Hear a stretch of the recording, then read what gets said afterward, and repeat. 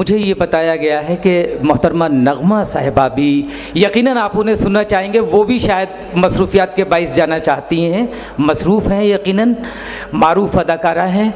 आप भी सुनना चाहते हैं उन्हें और मैं भी सुनना चाहता हूँ। मैं उनसे गुजारिश कर रहा हूँ मोहतरमा नगमा साहिबा से कि वो माइक पर तशरीफ़ लाएँ और वो भी इजहार ख्याल करें इस मौके पर।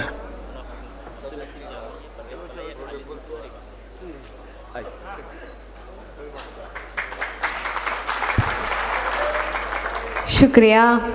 आज शाम के मेहमान खुसूसी जस्टिस मार्कंजो काजू साहब,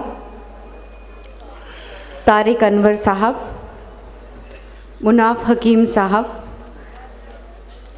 अब्दुल हसीब जी, परवेज़ फलाही जी, खालिद गुड्डू जी, इबाद नुमानी जी, मंच पे सभी यहाँ पर जितने भी शायर हैं, भाइयों बहन तो बहुत कम है लेकिन फिर भी दोस्तों, बहुत बहुत शुक्रिया। भिवंडी फिर आने का यहाँ एक मौका मिला, आप लोगों के बीच बैठने का मौका मिला, आज शाम थोड़ी बहुत शायरी सुनने का भी मौका मिला।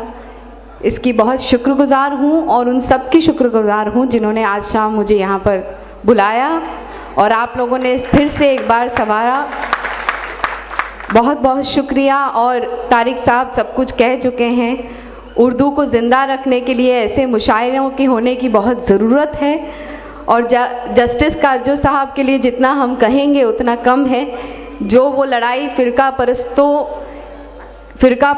के ख़िलाफ़ लड़ रहे हैं और फ़िरका परस्ती के ख़िलाफ़ लड़ रहे हैं, हम उनके साथ में हैं, बस इतना ही कहेंगे। उनकी सेना बन के आप सब और हम सब उनके साथ में रहेंगे इस लड़ाई में।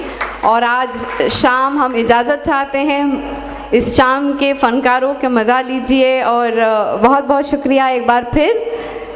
इंशाअल्लाह फिर हम आपके बीच में अगर हो सके तो ज़रूर आएंगे। शुक्रिया।